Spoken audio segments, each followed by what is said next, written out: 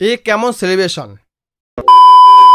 গত 3 June IPL 2025 এই 18তম সিজনে উইনার হলো কে? ব্যাঙ্গালোর। এই ফাইনালে মুখোমুখি হয়েছিল পাঞ্জাব এবং বেঙ্গালুরু। সেখানে বিরাট কোহলির টিম রয়্যাল চ্যালেঞ্জার্স ব্যাঙ্গালোর বা আরসিবি প্রথমবারের জন্য আইপিএল চ্যাম্পিয়ন হয়েছে। আইপিএল একটি ডোমেস্টিক ক্রিকেট লিগ, যেখানে মোট 10টি টিম খেলে এবং কেউ না কেউ জিতবে, স্বাভাবিক জিনিস। এবছর আইপিএল ফাইনালে যে দুটি দল মুখোমুখি হয়েছিল, অর্থাৎ পাঞ্জাব এবং ব্যাঙ্গালোর, এদের মধ্যে কেউই আজ অবধি কোনো ট্রফি জিততে পারেনি। তাই দেশের 70% ভক্ত চাইছিল আরসিবি অর্থাৎ ব্যাঙ্গালোর এইবারে ট্রফিটা জিতুক, কারণ বিরাট কোহলির ফ্যান্স বেস অনেক বেশি, ওনার প্রচুর ফ্যান রয়েছে, উনি একজন ভালো ক্রিকেটার, তাই ওনার ভক্তের শেষ নেই। তাই তার ভক্তরা চাইছিল এবারে ট্রফিটা বিরাট কোহলি জিতুক, কারণ দীর্ঘ 18 বছর ধরে একই টিমের হয়ে খেলছেন বিরাট কোহলি, এবং তার ভক্তরা চাইছে অন্তত এইবারের জন্য বিরাট কোহলি ট্রফিটা জিতুক, কারণ বিরাট কোহলি জার্সি নাম্বার 18, এটা 18তম সিজন, তাই এইবারটা জিতলে এটা হবে খুবই স্পেশাল বিরাট কোহলির জন্য। এবং তাই হলো এইবারের সিজনে অর্থাৎ 2025 সালের আইপিএল ট্রফিটা তুলে নিলেন বিরাট কোহলি। আর এই জয়টাকে সেলিব্রেট করার জন্য তার পরের দিন অর্থাৎ 4 তারিখ 4 জুন ব্যাঙ্গালোরের চিন্নাস্বামী স্টেডিয়ামে একটি সেলিব্রেশন সেরেমনি আয়োজন করা হয়।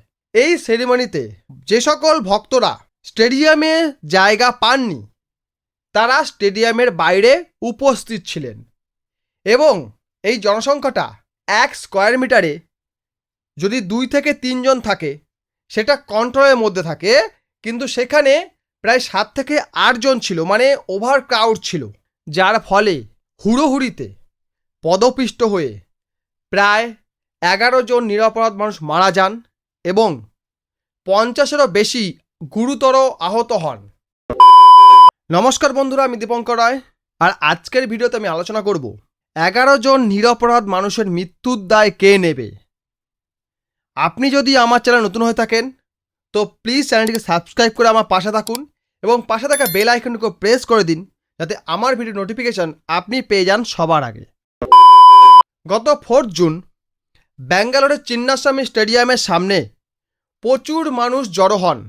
কারণ হলো ব্যাঙ্গালোর আইপিএল জিতেছে, বিরাট কোহলি এসেছে, তাকে এক পলক দেখার জন্য ক্রিকেট স্টেডিয়ামে ভক্তরা একত্রিত হয়েছিল। ভিড় এত বেশি ছিল, ক্রাউড ম্যানেজমেন্ট ফেল হয়ে যায়, এর ফলে মানুষের দম বন্ধ হয়ে আসে, আর দম বন্ধ হওয়ার ফলে মানুষ দৌড়োদৌড়ি শুরু করে, ছোটাছুটি শুরু করে, যার ফলে 11 জন মানুষ পদপিষ্ট হয়ে মারা যায়, যার মধ্যে একজন শিশুও ছিল। আমরা যদি ফুড স্ট্যাম্পিং হয়ে মৃত্যুর সংখ্যা দেখি বা টেবিল দেখি, সেখানে আমরা উইকিপিডিয়ার পেজটা খুললে দেখতে পাবো আজ অবধি যতগুলি ফুড স্ট্যাম্পিং হয়েছে, রিসেন্টলি যেগুলো হয়েছে এই 2020 সালের পরে বা তার আগেও যদি দেখি, সেখানে কোনো ডেভেলপ কান্ট্রির নাম আমরা পাবো না। সে যে বিশাল পরিমাণ মানুষ পদপিষ্ট হয়ে মারা গেছে, সেই লিস্টে কোনো ডেভেলপ কান্ট্রির নাম আমরা পাবো না। সেখানে যেই নামটা সবচেয়ে বেশি পাবো সেটা হচ্ছে কি ভারত। তিরঙ্গা আমরা সবচেয়ে বেশি দেখতে পাবো। মাঝে মাঝে নাইজেরিয়া, পাকিস্তান, পুয়ার কান্ট্রিগুলোর নাম আমরা দেখতে পাবো, সেই সঙ্গে ভারতের নামটাই সবচেয়ে বেশি দেখতে পাবো, কারণ ভারতের মতো পদপিষ্ট হয়ে মৃত্যু খুব কম দেশেই হয়।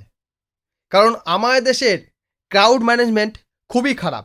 এটা আমি নর্থ বা সাউথ বা ইস্ট বা ওয়েস্টের কথা বলছি না, প্যান ইন্ডিয়াতে পদপিষ্ট হয়ে মৃত্যুর সংখ্যাটা সবচেয়ে বেশি। আমাদের দেশে ক্রাউড ম্যানেজমেন্ট প্রচণ্ড খারাপ।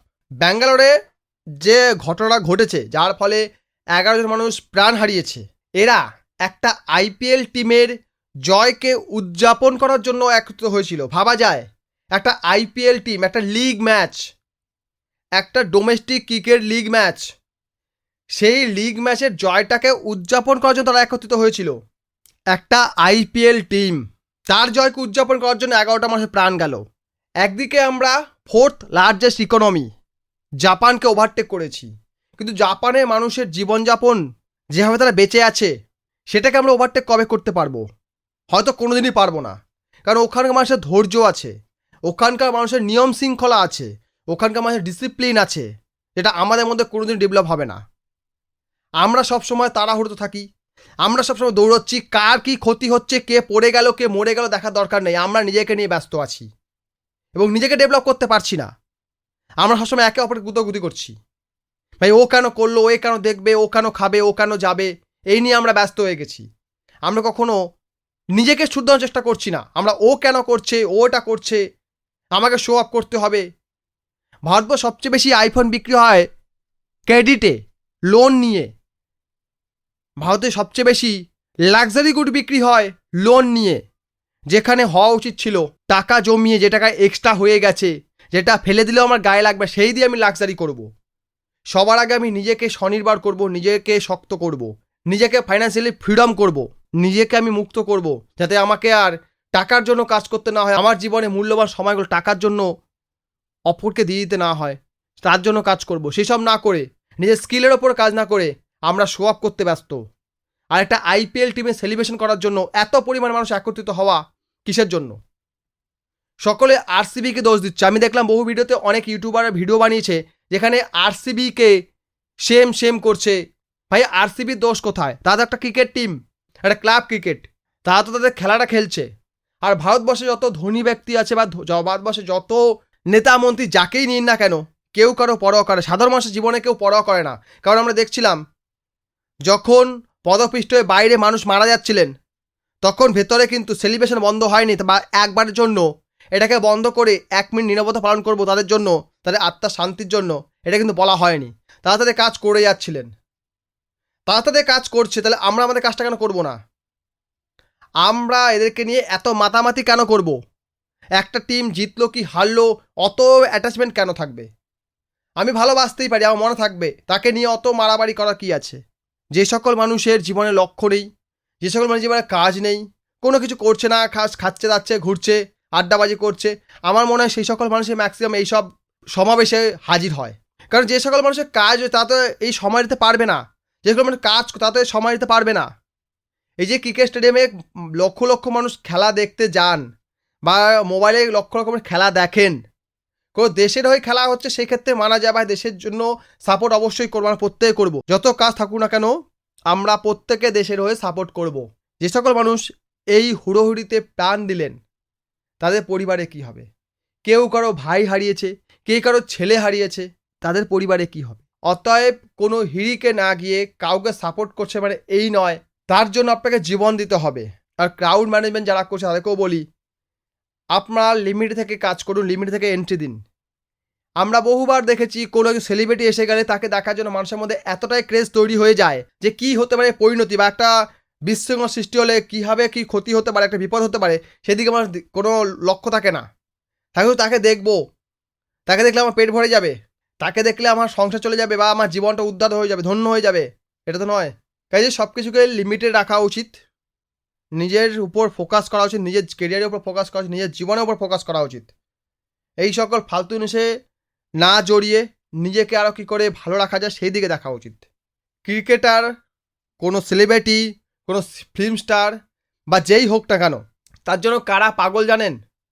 যাদের জীবনে কোনো গোল নেই, যাদের জীবনে কোনো লক্ষ্য নেই, তাদের অবাধ সময় রয়েছে এবং শেষ জীবনে গিয়ে তারা কিছু করতে পারে না, তারাই এদের জন্য বেশি মাতামাতি করে। আমাদের দেশে বেকারত্ব হার অনেক, প্রায় 10%।